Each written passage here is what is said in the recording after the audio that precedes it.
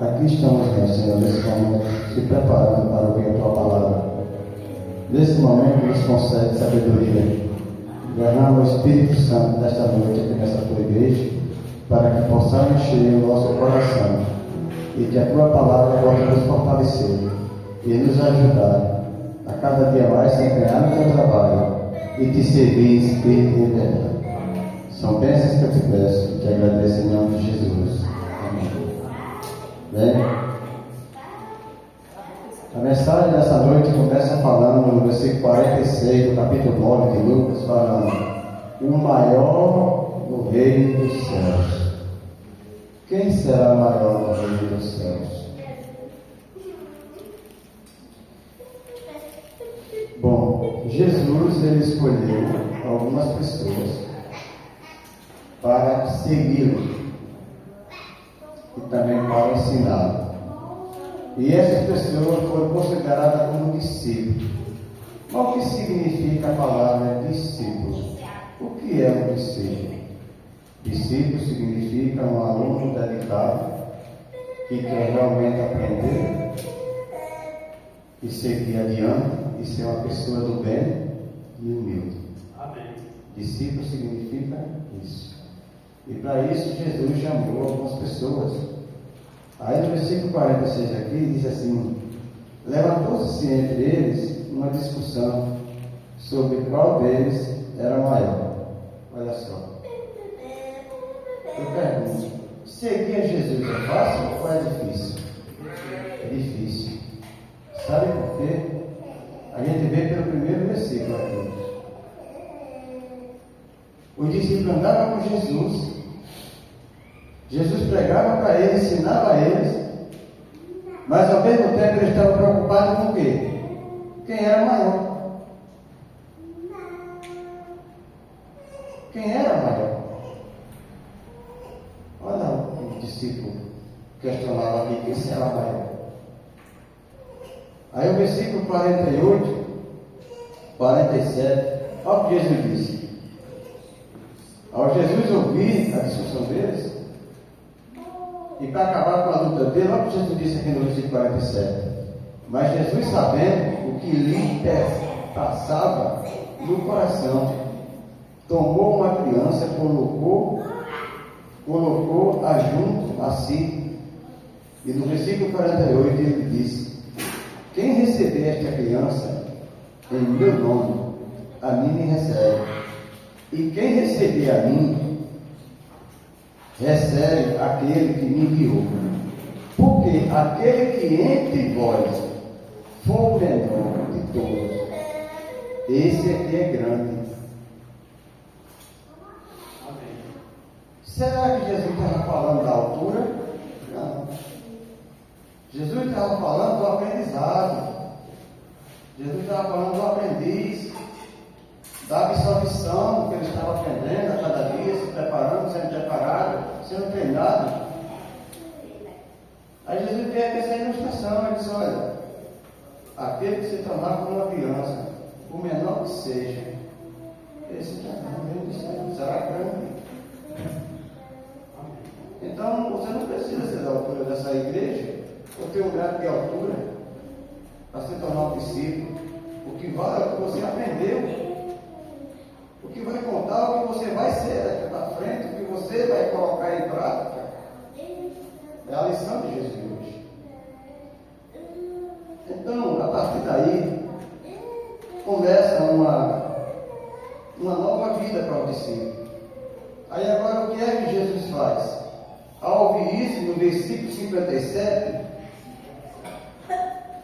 no versículo 57 diz assim: indo eles caminho afora, alguém lhe disse: segui-te-ei para onde quer que fores. Alguém falou para Jesus: segui-te-ei. Quer dizer, talvez a gente tenha vontade de seguir a Jesus, mas talvez falte alguma coisa para nós ainda realmente seguir Jesus. Olha o que é que o versículo 58 diz. Aí mais uma vez olha o que Jesus diz, ó.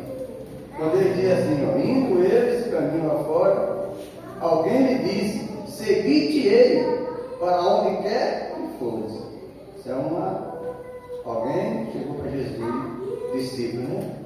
Mas Jesus lhe respondeu: as raposas têm seus convis e as aves do céu ninhos, mas o Filho do Homem não tem onde reclinar a cabeça.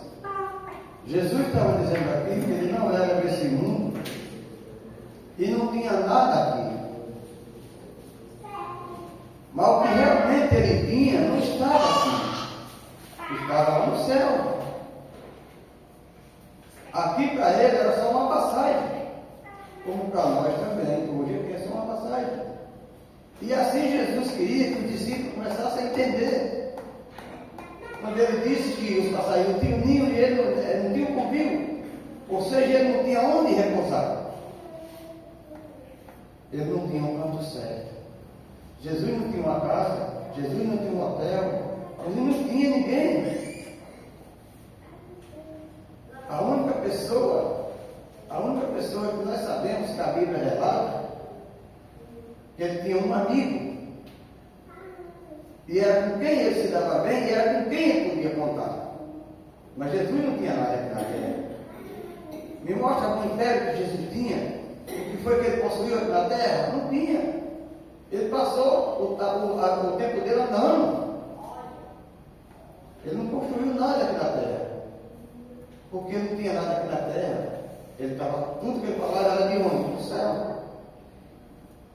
Aí o versículo 59. A outro disse Jesus: segue-me. Ele, porém, respondeu: permite-me ir primeiro sepultar meu pai.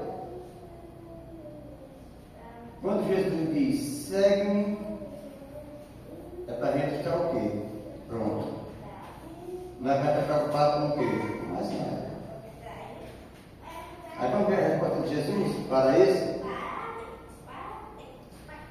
O versículo 60 diz assim: mas Jesus insistiu: deixa aos mortos o sepultarem os seus mortos, os seus próprios mortos. Tu, porém, vai e prega o reino de Deus. Mais uma vez Jesus, ele disse: olha, vocês ainda não aprenderam nada, vocês precisam aprender. Deixe que os mortos entreguem seus próprios mortos, mas vai pregar o reino de Deus. Jesus estava falando daquelas pessoas que não aceitavam a palavra, e daquela pessoa que não estava pronto para aceitar a palavra, e nem muito menos seguir. Talvez seja o caso de hoje. Talvez a gente diga que está pronto para seguir Jesus, mas na hora certa a gente vai. Vai como discípulo. Parecia estar tudo pronto, e estava toda hora passando divisão e dúvida entre si mesmo.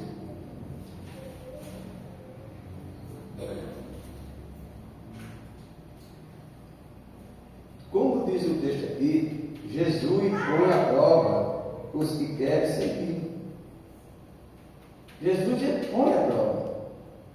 Ele quer saber se realmente nós estamos mesmo prontos. Se a gente está mesmo dedicado, está levando a sério. Isso tem que estar sempre preocupado com mais nada. Versículo 61. Outro lhe disse: segui-te-ei, Senhor, mas deixa-me primeiro despedir-me de casa, dos de casa. Veja que sempre aqui tem uma questão: deixa eu enterrar meu pai, deixa eu primeiro despedir de casa. Aí quer dizer, o trabalho de Deus ele fica sempre em último lugar. Primeiro, os nossos interesses. Aí depois de Jesus. Mas será que na volta de Jesus vai ter tempo para isso? Para a gente estar preocupado no bem-estar nosso? Porque a Bíblia diz que tomara que não seja no sábado, não seja no inverno.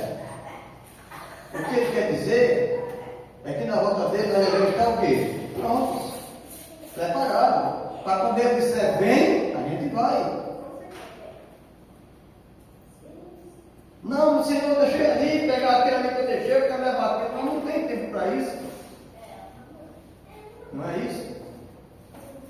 Aí o versículo 62. Olha o que Jesus disse aqui de novo.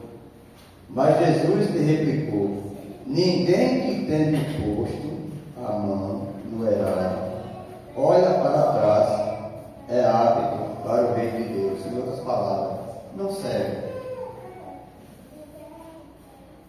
Não serve. Se você quer fazer o trabalho de Deus, preocupado com as coisas que você tem, deixando sempre as coisas de Deus por último, você não serve. Nós não servimos. É isso que Jesus está dizendo aqui. Ele é claro.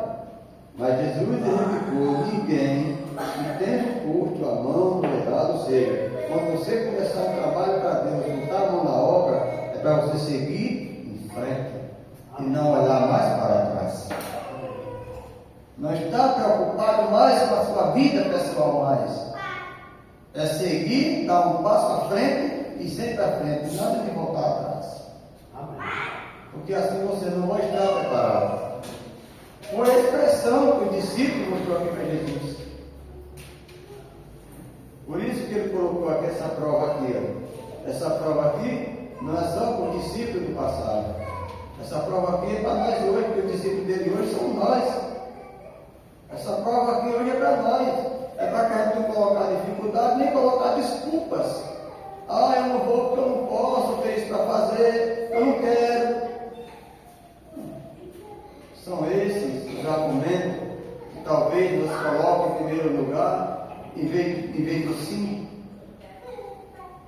E ele contando comigo, contando com você, e você não está demonstrando meu interesse, nem está levando a sério. Aí você diz: não, eu sou um discípulo de Jesus. Eu estou pronto. Eu sou pronto para toda a obra. Vamos ver se realmente nós estamos prontos para fazer isso. Será que não é só de língua, só de boca, em palavras? É isso. Aí no capítulo 10. No capítulo 10. Aí vem aqui a missão, né? No versículo 1 do capítulo 10 de Lucas. Aí vem diz: a missão dos 70.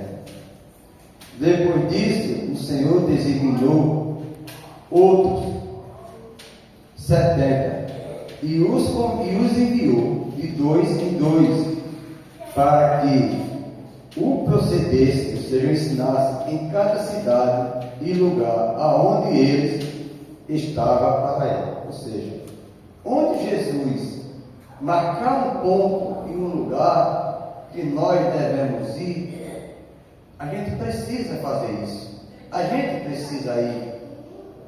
Porque é um chamado, é uma missão, é um compromisso. Ele está contando comigo e com você.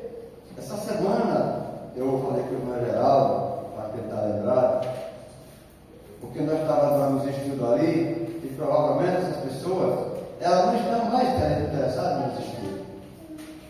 E eu disse para o irmão Everaldo o seguinte: disse: irmão, vamos fazer o seguinte, já que aquelas pessoas não querem os estudos, vamos orar essa semana, vamos pedir a Deus uma pessoa que realmente esteja precisando da sua palavra e deseja saber mais sobre o Senhor. Sabe por que eu falei isso para o irmão?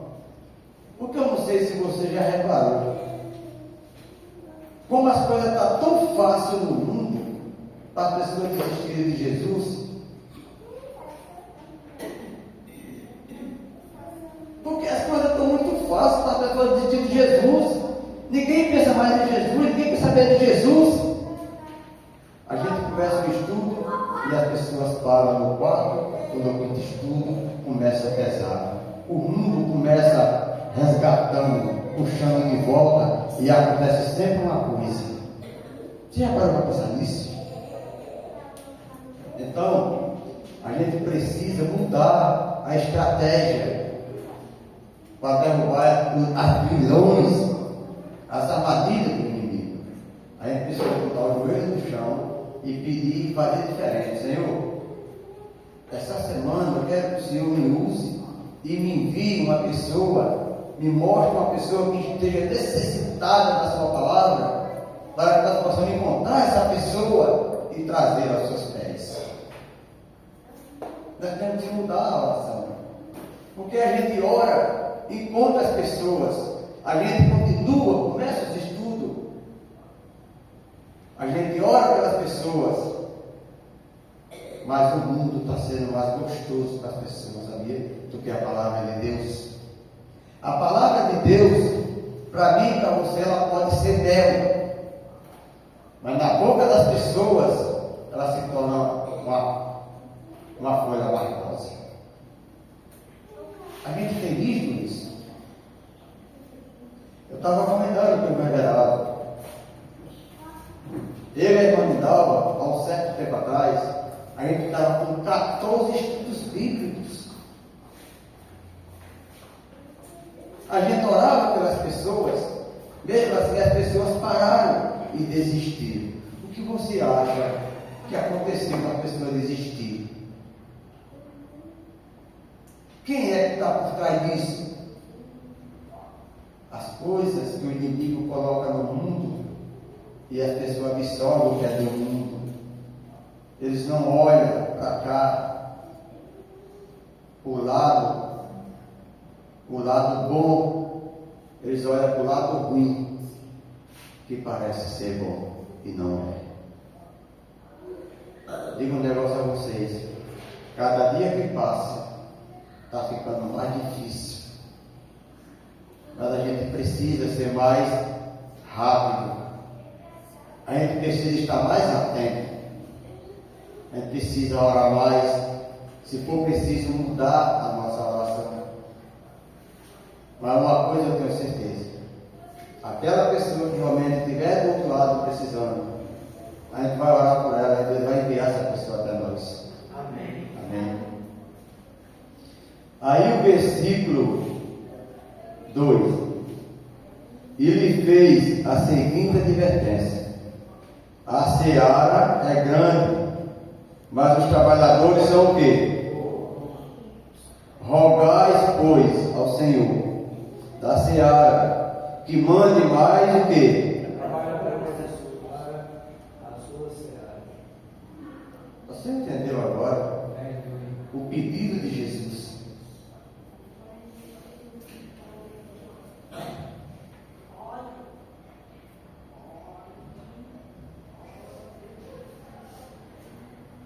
Aí eu pergunto a você hoje: como é que você se sente?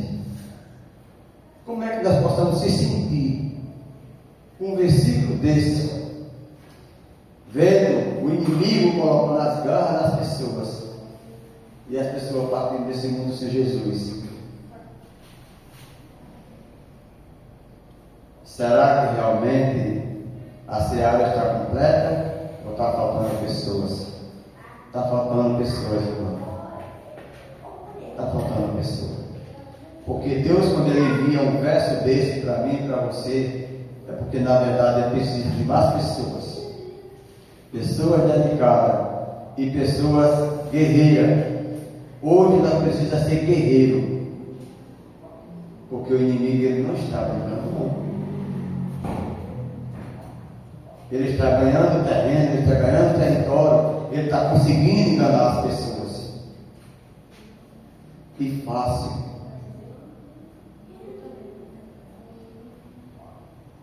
Pois ao Senhor da seara, que mande trabalhadores para a sua seara. Agora vamos ver aqui as instruções de Jesus. Ide, eis que eu vos envio como cordeiro para o meio de lobos. Quando a gente fala de cordeiro, o que é que a gente pode entender de cordeiro? O que significa cordeiro? Cordeiro quer dizer mansidão, humildade, né? E claro, representa quem aqui? A versão cordeiro aqui representa quem? Jesus. Porque ele veio como um cordeiro, ele fez o bem a todas as pessoas, era manso, ele sabia como lidar com todas as pessoas, acolhia todo mundo, mas nem todos entendiam a aquela bondade e aquele amor de Jesus. Aí nós, como ele diz aqui, né, como os envio, ele não está dizendo aqui, eu envio vocês como um bravo ou um valente, né? Ele disse, eu envio vocês como um cordeiro entre os lobos. Os lobos são os bravos.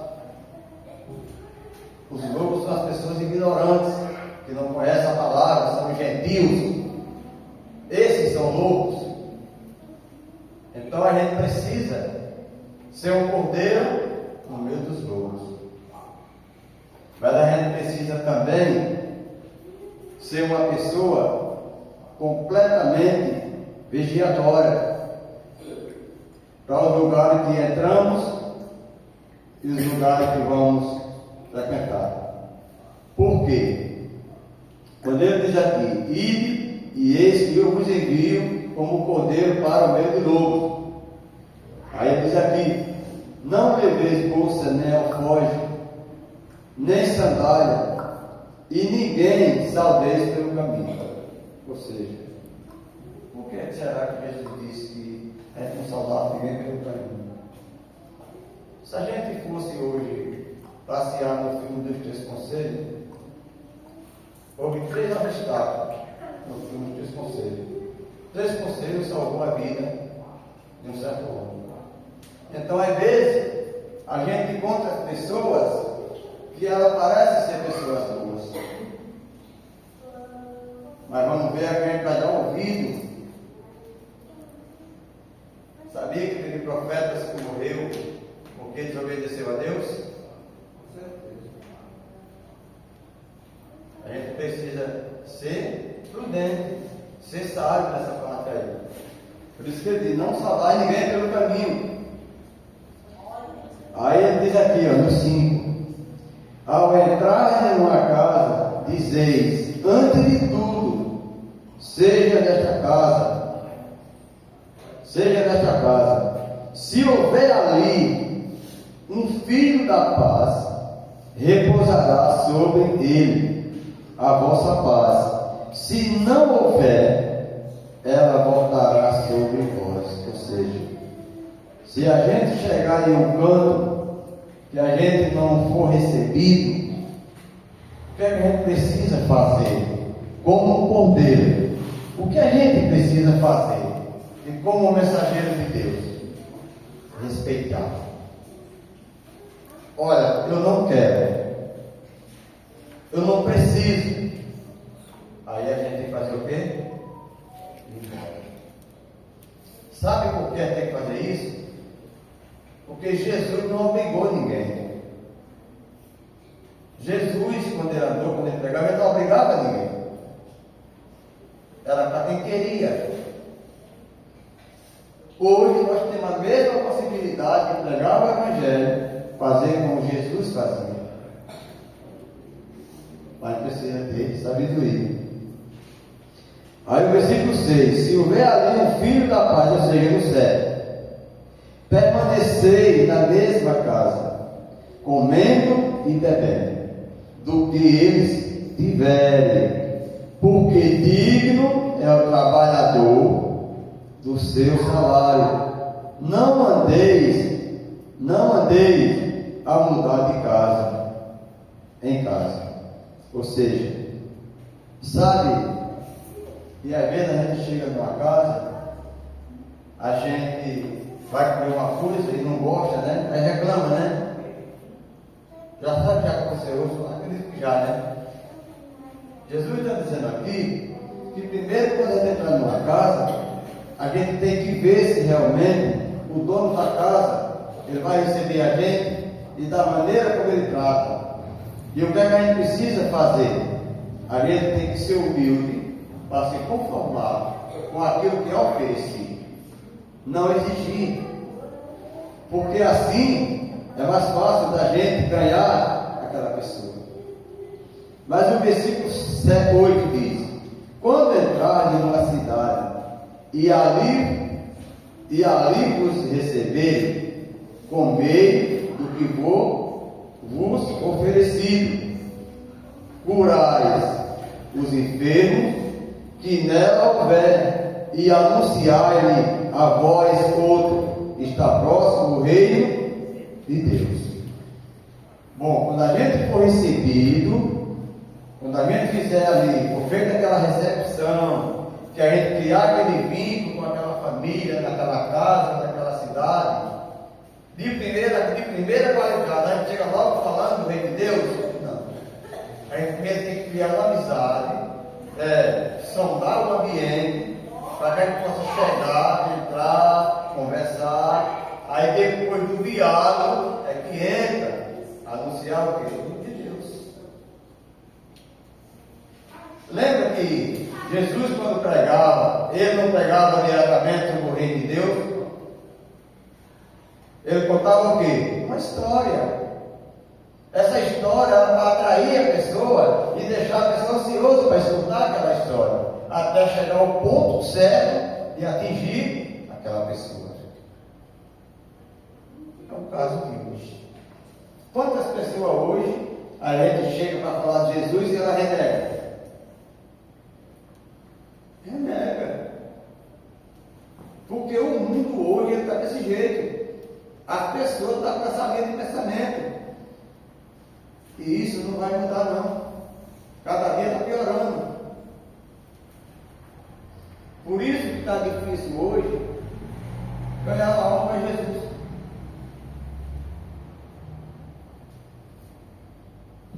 Por isso que está difícil hoje. Versículo 9. Curar os enfermos que nela houver, e anunciar o reino de Deus. Está próximo o reino de Deus. Quando, porém, entrar numa cidade e não vos receber, sai pelas ruas clamando, ou seja, vá para as ruas. Vá para a rua. Você chegou numa casa, não foi recebido, vá para a rua. Aquele que você encontrar e aceitar a palavra é um milagre. Você abraça, você agarra, não perde e nem desperdiça a oportunidade. Mas o evangelho precisa ser pregado. Só para aqueles que não querem. Porque para esses que não querem, não se preocupe. Não cabe a mim e nenhum de vocês. E não será cobrado de nós. Mas no dia certo, essas pessoas vão entender o recurso da palavra para significar para nós. Mas não é conosco. Vamos ler outro versículo para a gente ir para casa. No versículo 11: até o pó da vossa cidade, que nos pegou aos pés, sacudimos contra vós outros. Não obstante, sabeis que está próximo o reino de Deus. Em outras palavras, daquele lugar que você foi falar de Jesus, e a pessoa não aceitou, ali é ela e Deus. Ali é ela e Deus. Não é mais eu e você. A gente tentou fazer a nossa parte.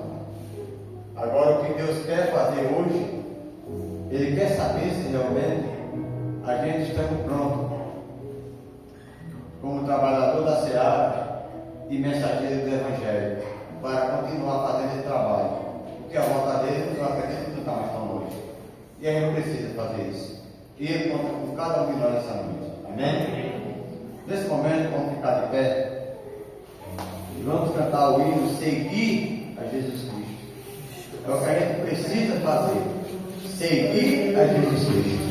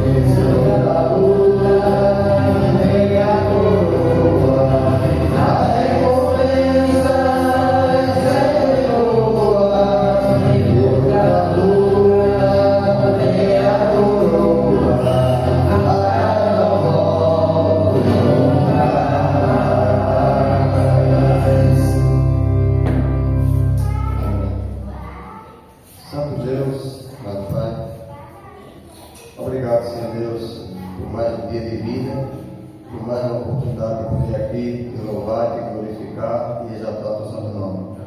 Obrigado, Senhor Deus, por essa mensagem, por cada irmão que veio nessa noite, também pelos que não vieram, Senhor.